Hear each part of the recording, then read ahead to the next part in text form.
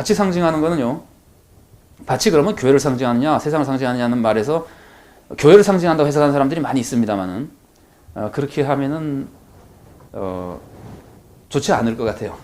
교회를 상징하는 것으로 해도 괜찮지만 뭐 그런 메시지가 그물뷰에랑 다 나오니까. 그러나 그물뷰에 나오는데도 불구하고 이렇게 다르게 표현하는 것은 특히 마태가 예수님의 입을 빌어서 밭은 세상이다라고 표시를 했잖아요. 얘기를 했잖아요. 그래서 이 부분에서는 세상이라고 보는 것이 더 좋겠다고 생각됩니다. 특히 복음서 중에 교회라고 하는 단어를 사용한 복음서가 있죠.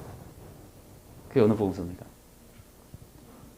네 복음서 중에 교회라는 단어가 직접 나오는 복음서. 그게 마태복음이거든요. 그러니까 마태는 교회라는 단어를 사용하는 사람입니다. 그런데도 밭은 교회요라고 그러지 않았거든요. 밭은 세상이요라고 그랬기 때문에 교회에 이런 모습이 있다고 해도 틀리지는 않습니다.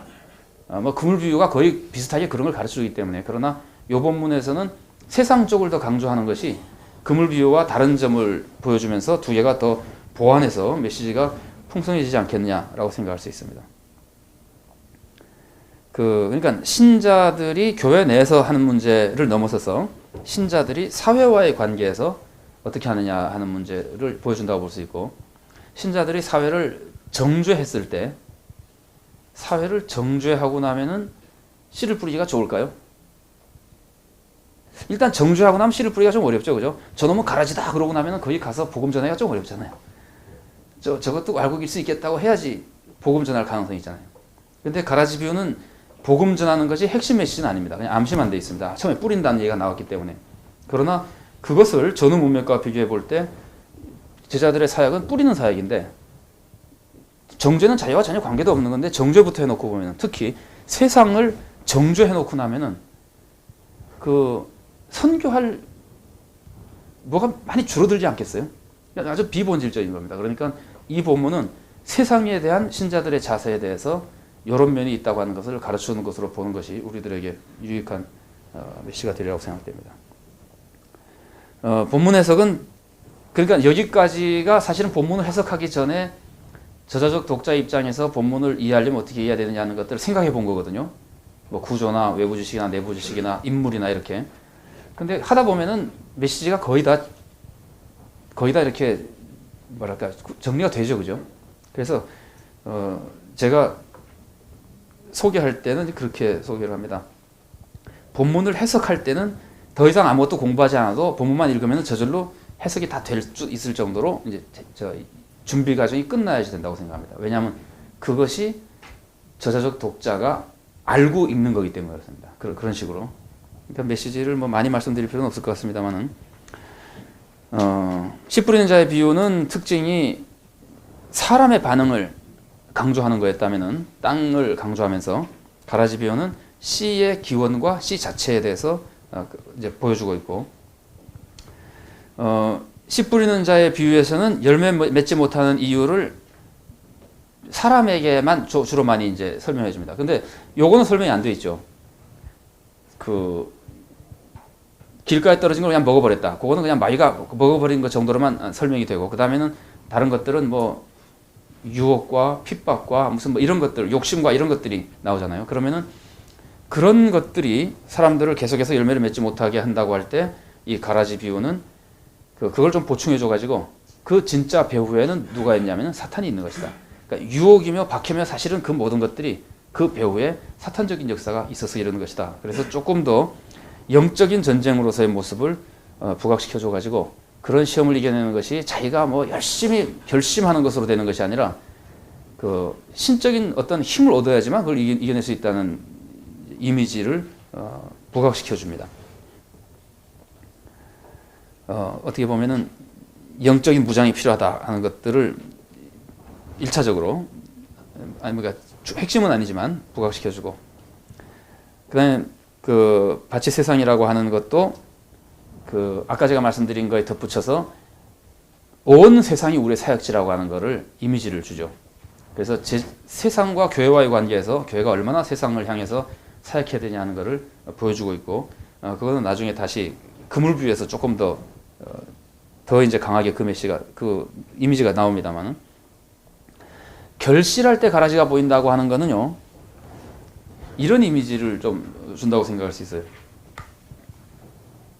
자연현상으로 가라지가 실제로 그때 돼야지 이제 보이거든요. 그러니까 자연현상으로 설명한 것으로 끝내도 됩니다. 그러나 이 비유가 알레고리적인 성격이 많이 있고 평소에 참신자와 거짓선자의 구별이 어디서 나타나죠?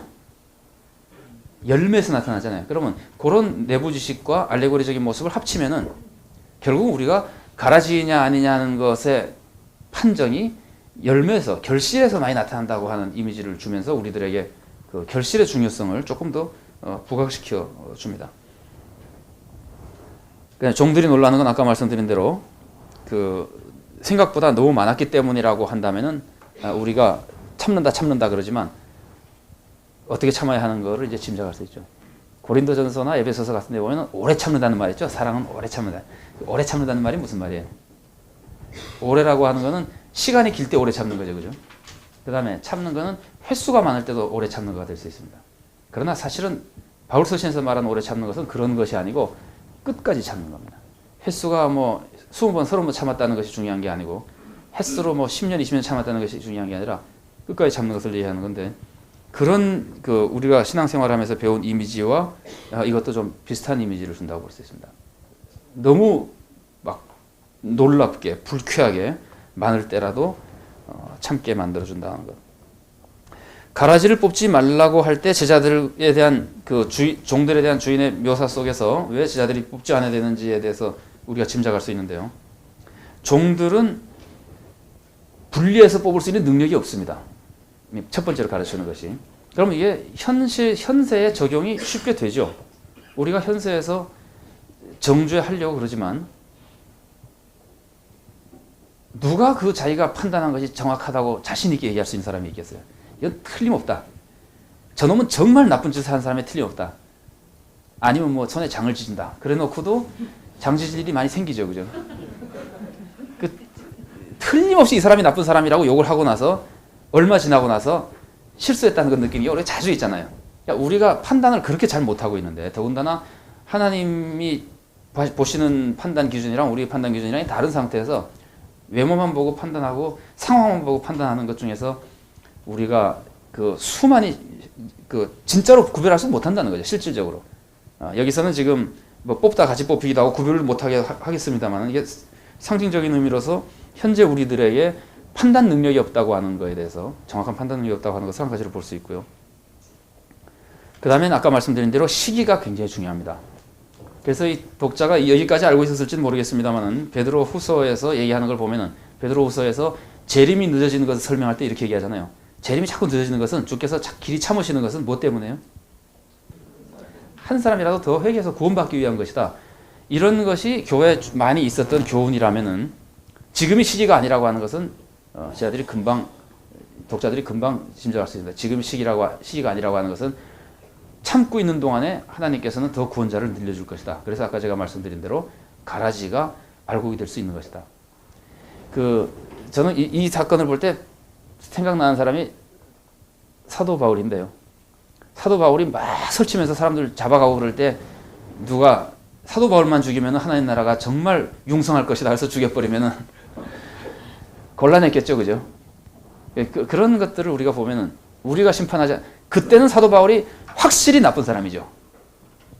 그러나 그 확실히 나쁜 사람이라고 하는 것도 우리는 시공간의 한계를 가지고 하지만은 그 사람이 조금만 지나면은 그 누구도 하지 못하는 일을 하는 사람으로 또 바뀌잖아요. 그러니까 우리는 지금 가지고 판단해도 틀리지만 우리는 미래 일을 모르는 상태이기 때문에 절대로 올바른 판단을 할 수 없고 그래서 하나님께서는 시기가 지금이 아니에요. 하나님께서 심판할 시기까지는 아무도 심판하면 안 된다는 겁니다. 그리고 이제 그 심판은 천사에게 맡긴다고 하는 것은 우리들의 사명이 아니라는 겁니다. 맡긴 일이 아니라는 겁니다. 이게 뭐 아주 그 정확한 표현은 아닐지 몰라도 조금 유사하게 똑같지는 않지만 유사한 것을 생각해 본다면은 로마서 12장에 보면은 1, 2절에서 의롭게 살아라. 이제 신자니까 하나님의 선하신 뜻을 쫓아 살아라. 뭐 변화돼서 살아라고 얘기한 다음에 첫 번째로 말씀하시는 것이 교회 생활의 교훈인데요. 12장 3절부터 그 8절까지인가 7절까지인가요? 아니면 10절까지. 뒤에 이제 사랑에 대한 것이 결론으로 나오기 때문에 그거 할 때 첫 번째로 하는 말씀이 그거거든요. 믿음의 분량대로 하라는 거거든요. 그러니까 월권하지 말라는 것이 교회 생활에서 바울이 교회를 많이 봐오면서 가르칠 때 첫 번째로 나온 교훈입니다. 굉장히 중요한 교훈입니다. 그렇게 놓고 봤을 때 이 자기에게 맡은 것이 아닌 것을 하는 것이 신앙생활에서 아주 위험한 것인데, 여기서 심판하는 것도 예수님께서 말씀하시기를 너에게 주어진 고난이 아니라는 겁니다. 우리가 종말이 언제인지를 알려고 그런다 그러면 다 안 좋은 사람이라고 생각할 거 아니에요. 비정상적인 신앙이 나네요. 종말이 뭔지를 나는 알겠다고 자꾸 나서면은. 왜냐하면 사도행전에서 너희 알 바 아니라 그랬잖아요. 그것과 거의 같을 만큼 남을 심판하려고 그러면은 그건 너에게 주어진 임무가 아니고 고난이 아니라고 하는 거기 때문에 이거 심판하려고 하는 것은 안 된다는 겁니다. 이건 지금 심판하고 정죄하는 모습을 얘기하는 겁니다. 그래서 그럼 제자들이 할 일은 뭐냐? 제자들이 할 일은 뭐예요? 두 가지예요. 여기서 굳이 보자면 두 가지. 하나만 한 일이긴 하지만 두 가지예요. 첫 번째 건 뭐겠어요? 해야 되는 일. 주인을 도와서 씨 뿌리는 일을 해야 되는 거예요. 가라지 뽑는 일을 하는 게 아니라 뿌리는 일만 하는 게 제자들이 하는 일은. 두 번째 건 뭐겠어요? 하나만 하면서도 해야 되는 일. 참는 거예요. 참는 거. 그냥 참는 거예요.